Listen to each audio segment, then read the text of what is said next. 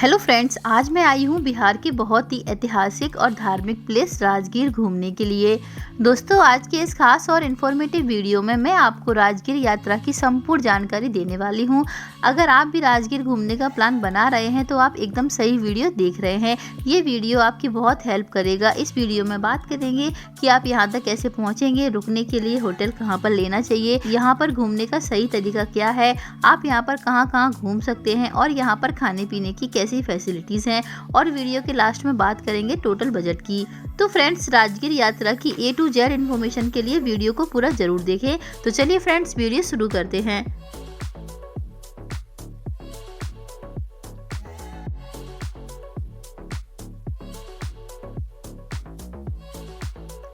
दोस्तों, राजगीर बिहार राज्य के नालंदा जिले का बहुत ही फेमस टूरिस्ट प्लेस है। देश ही नहीं, विदेशों से भी बहुत से लोग यहाँ पर घूमने आते हैं। राजगीर अपनी हरी भरी पहाड़ियों, झरनों, गर्म कुंड, जंगल सफारी और धार्मिक प्लेस के लिए बहुत ही ज़्यादा फेमस है। ये स्थान हिंदू, बौद्ध और जैन धर्म के लिए बहुत ही विशेष महत्व रखता है। दोस्तों, राजगीर को राजगृह के नाम से भी जानते हैं। ये कभी मगध राजाओं की राजधानी हुआ करता था। तो चलिए वीडियो में आगे बढ़ते हैं और जानते हैं कि आप यहाँ तक कैसे पहुँच सकते हैं।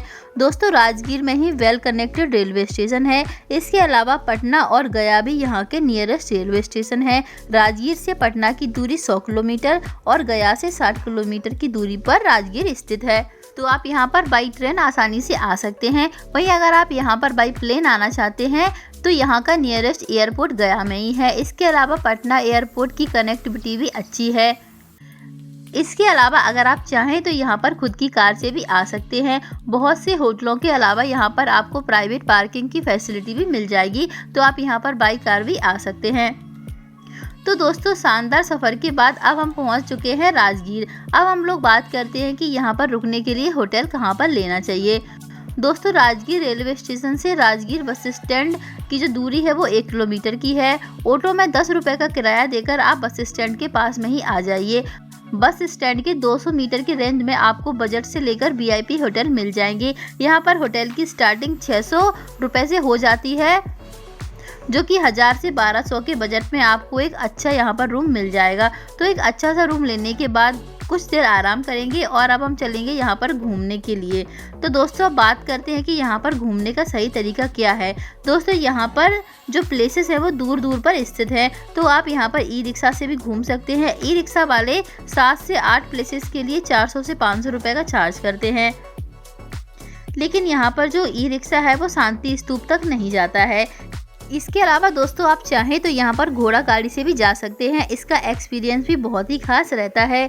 यहाँ पर शेयरिंग में सभी प्लेसेस के लिए ये लोग 200 से 250 रुपये चार्ज करते हैं और रिजर्व में 4 से 5% के लिए 700 से 800 रुपये का ये लोग चार्ज करते हैं। तो चलिए सबसे पहले हम विजिट करने चलते हैं सोन भंडार।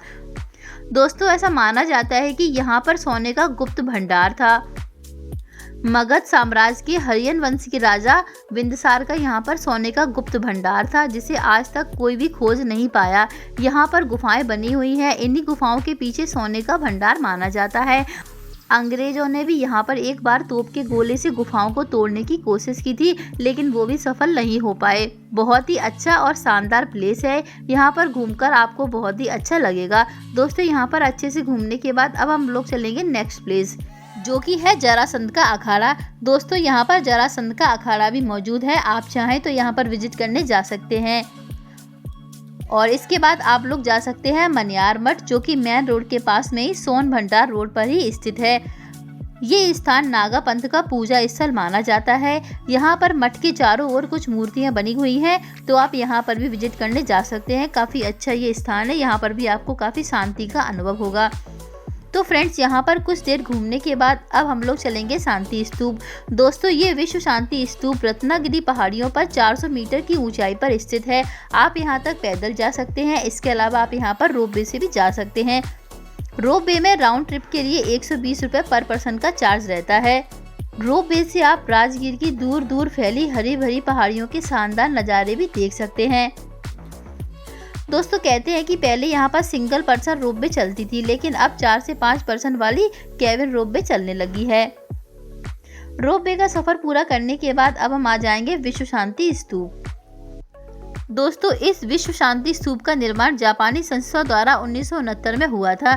दोस्तों इस स्तूप के चारों ओर बुद्ध जी की प्रतिमा स्थापित है। ये बहुत ही प्यारा सा स्तूप है जो कि 120 फीट ऊंचा है। साथ ही स्तूप के पास में ही जापानी मंदिर है। राजगीर आने वाले सभी लोग यहाँ पर घूमने जरूर आते हैं। ये बहुत ही प्यारा प्लेस है। तो जब भी आप राजगीर घूमने का प्लान करें तो इस स्थान पर जरूर ही विजिट करें। तो यहाँ पर 1 से 1.5 घंटा घूमने के बाद अब हम लोग नीचे की तरफ आ जाएंगे और इसके बाद अब हम लोग चलेंगे ब्रह्म कुंड। दोस्तों राजगीर में 22 कुंड हैं और सभी कुंडों का अपना अलग अलग धार्मिक महत्व है। यहाँ पर ब्रह्म कुंड, गंगा कुंड, राम लक्ष्मण कुंड, सूर्य कुंड और सरस्वती कुंड प्रमुख कुंड हैं। दोस्तों ब्रह्म कुंड में 7 गर्म पानी की धाराएं हैं। इन्हें सप्त धाराएं कहते हैं और ये सप्त ऋषियों को समर्पित है। यहाँ पर एक बड़ा सा कुंड भी बना हुआ है। साथ ही साथ पास में बहुत से प्राचीन मंदिर भी स्थापित हैं। साथ ही यहाँ पर बहुत से प्राचीन मंदिर भी स्थापित हैं। तो आप इन स्थानों पर भी दर्शन करने जरूर जाएं। और इसके अलावा ब्रह्म कुंड मेन मार्केट के पास में ही प्यारा सा गुरुद्वारा भी बना हुआ है। तो गुरुद्वारे में जाकर आप यहाँ पर भी मत्था टेक सकते हैं और साथ ही साथ यहाँ पर आपको लंगर की भी व्यवस्था मिल जाएगी। तो आप चाहें तो यहाँ पर लंगर भी कर सकते हैं। गुरुद्वारे में मत्था टेकने और लंगर करने के बाद अब हम लोग चलेंगे जरासंध मंदिर, जो यहाँ से कुछ ही दूरी पर स्थित है। दोस्तों जरासंध मगध का शासक था और इसकी राजधानी राजगीर हुआ करती थी और जरासंध का संबंध महाभारत से भी मिलता है। जैसा कि हम सभी जानते हैं कि जरासंध को अमर होने का वरदान भी प्राप्त है। तो आप यहाँ पर जरासंध का मंदिर भी देख सकते हैं और इसके अलावा यहाँ पर जरा देवी का प्राचीन मंदिर भी स्थापित है। तो आप यहाँ पर भी दर्शन कर सकते हैं। यहाँ पर दर्शन करने का विशेष महत्व माना जाता है। तो यहाँ पर दर्शन करने के बाद अब हम लोग चलेंगे जापानी मंदिर, जो यहाँ से कुछ ही दूरी पर स्थित है। दोस्तों जापानी मंदिर विशेष शैली में बना हुआ है। मंदिर के अंदर बहुत ही प्यारी सी बुद्ध जी की प्रतिमा स्थापित है। साथ ही मंदिर के अंदर इतिहास को बहुत ही अच्छे तरीके से दर्शाया गया है और मंदिर में बाहर भी बुद्ध जी की बहुत बड़ी प्रतिमा स्थापित है। तो आपको यहाँ पर बहुत ही शांति का अनुभव होगा जब भी आप यहाँ पर विजिट करने आएंगे। दोस्तों आपको यहाँ पर विजिट करके बहुत ही अच्छा लगेगा। तो आप अपनी लिस्ट में इस प्लेस को जरूर ही शामिल करें। दोस्तों इन सभी प्लेसेस को कवर करने में आपको शाम हो जाएगी। तो शाम को हम लोग अपने होटल में आराम करेंगे और अगली सुबह हम लोग चलेंगे राजगीर नेचर सफारी। दोस्तों यहाँ पर आने के लिए सबसे अच्छा रहता है कि आप पहले से ही ऑनलाइन टिकट बुक कर लीजिए, क्योंकि ऑफलाइन में वाइल्ड लाइफ सफारी का टिकट तो मिल जाता है, लेकिन ग्लास ब्रिज के लिए आपको सुबह 4 से 5 बजे लाइन में लगना पड़ता है, क्योंकि ग्लास ब्रिज के लिए डेली 800 टिकट ही अलॉट होते हैं।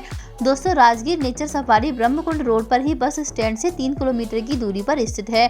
ऑटो में 20 से 30 रुपए देकर आप यहां तक पहुंच जाएंगे। दोस्तों Rajgir nature safari glass bridge और वाइल्ड लाइफ सेंचुरी के लिए काफ़ी ज़्यादा फेमस है, जो ऑनलाइन ही बहुत जल्दी फुल हो जाते हैं। आप अपनी बुकिंग राजगीर नेचर सफारी की ऑफिशियल वेबसाइट से 3 दिन पहले से ही बुक कर सकते हैं। यहाँ पर आपसे 300 रुपये का चार्ज लगता है टिकट के लिए। और दोस्तों मंडे को राजगीर सफारी बंद रहती है। तो चलिए अब हम चलते हैं राजगीर नेचर सफारी। दोस्तों चारों तरफ पहाड़ियों से घिरे यहाँ के नज़ारे बहुत ही प्यारे लगते हैं। वाइल्ड लाइफ सफारी में आपको बस से ले जाया जाता है, जहाँ पर आप हिरन, भालू, तेंदुआ, चीता और शेर देख सकते हैं। यहाँ पर शेर और चीता कभी कभी तो आसानी से दिख जाते हैं और कभी कभी नहीं भी दिखते हैं। वहीं यहाँ पर ग्लास ब्रिज का एक्सपीरियंस सबसे खास रहता है। मैक्सिमम लोग ग्लास ब्रिज पर एंजॉय करने के लिए यहाँ पर आते हैं।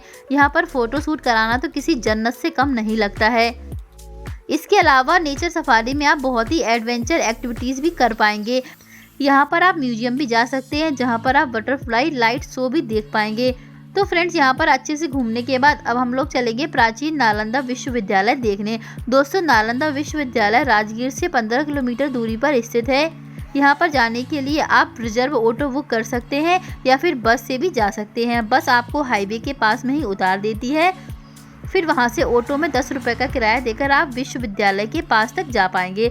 दोस्तों नालंदा प्राचीन भारत में उच्च शिक्षा का सबसे प्रसिद्ध केंद्र था, जो बौद्ध धर्म को समर्पित था। यहाँ पर देश ही नहीं विदेशों से भी छात्र पढ़ने के लिए आते थे। इसका निर्माण 5वीं सदी में गुप्त वंश के महान शासक कुमार गुप्त प्रथम के द्वारा करवाया गया था। वहीं सन 1100 के आसपास बख्तियार खिलजी ने इस विशाल विश्वविद्यालय को अपनी क्रूरता से नष्ट कर दिया था। कहते हैं कि यहाँ का विशाल पुस्तकालय लगभग 6 महीने तक जलता रहा। सन 1915 से 1935 तक खुदाई कर इस स्थान को निकाला गया। यहाँ पर आप बहुत से मंदिरों के अवशेष भी देख सकते हैं। दोस्तों, ये दुनिया का पहला आवासीय विश्वविद्यालय था। यहाँ पर 2000 शिक्षक और 10,000 छात्र रहा करते थे। यहाँ पर चीन, कोरिया, श्रीलंका, जापान, तिब्बत और बहुत से देशों से छात्र पढ़ने के लिए आते थे। आप यहाँ पर विशाल छात्रावास भी देख पाएंगे। इसके अलावा और भी बहुत से अवशेष यहाँ पर आपको देखने को मिल जाएंगे। यहाँ की और भी बहुत सी रोचक जानकारी जानने के लिए आप यहाँ पर गाइड भी कर सकते हैं। तो दोस्तों, नालंदा में घूमने के बाद इसके बाद आप चाहें तो अपने घर के लिए वापसी भी कर सकते हैं या फिर आप गया भी घूमने जा सकते हैं। इन सभी प्लेसेस के अलावा राजगीर में और भी छोटे बड़े प्लेसेस हैं। आप अपने टूर प्लान के हिसाब से सभी को कवर कर सकते हैं। तो ये तो थी यहाँ पर घूमने की बात। चलिए अब बात करते हैं कि यहाँ पर खाने पीने की क्या व्यवस्था है। तो दोस्तों, यहाँ पर खाने पीने की बात करें तो आपको यहाँ पर veg, non veg, Rajasthani, Gujarati हर तरीके का फूड यहाँ पर आपको मिल जाएगा। ब्रह्मकुंड के आसपास खाने पीने की बहुत सारी अच्छी फैसिलिटीज़ हैं, तो आप चाहें तो वहाँ पर खाना पीना अपना कर सकते हैं। काफ़ी नॉर्मल रेट में यहाँ पर आपको खाना पीना मिल जाएगा। और वहीं बात करें यहाँ पर आने के सही समय की, तो अप्रैल से लेकर अक्टूबर तक आप इस बीच यहाँ पर कभी भी घूमने आ सकते हैं, क्योंकि इस टाइम पर यहाँ का मौसम बहुत ही अच्छा रहता है। वहीं मई और जून में यहाँ पर बहुत ज़्यादा गर्मी होती है, तो आप यहाँ पर मई और जून में आना अवॉइड कर सकते हैं, क्योंकि बहुत ज़्यादा गर्मी के कारण आप सारे प्लेसेस को अच्छे से कवर भी नहीं कर पाएंगे। वहीं बात करें कि यहाँ पर आने के लिए हमें कितने दिन का टूर प्लान करना चाहिए, तो आप यहाँ पर 2 डेज और 1 नाइट का प्लान जरूर बनाएं। 2 दिनों में आप यहाँ के ज़्यादातर सभी प्लेसेस को कवर कर लेंगे। चलिए अब बात करते हैं सबसे ज़रूरी बजट के बारे में। दोस्तों, अगर आप यहाँ पर 2 से 3 लोग आ रहे हैं और आप यहाँ पर कम से कम 3 डेज और 2 नाइट का प्लान बना रहे हैं, तो आप मानकर चलिए यहाँ पर आपका 4 से 5 हज़ार रुपये पर पर्सन का खर्चा आ सकता है। इसमें मैंने आपकी किसी भी तरह की ट्रेन, फ्लाइट या फिर बस की टिकट को ऐड नहीं किया है। तो फ्रेंड्स, यहाँ पर मैंने आपको राजगीर यात्रा से रिलेटेड हर बात की विस्तार पूर्वक जानकारी दी है। अगर आपको ये वीडियो पसंद आया हो तो प्लीज़ चैनल को सब्सक्राइब और वीडियो को लाइक ज़रूर कर दें। मिलते हैं अगले वीडियो में। धन्यवाद।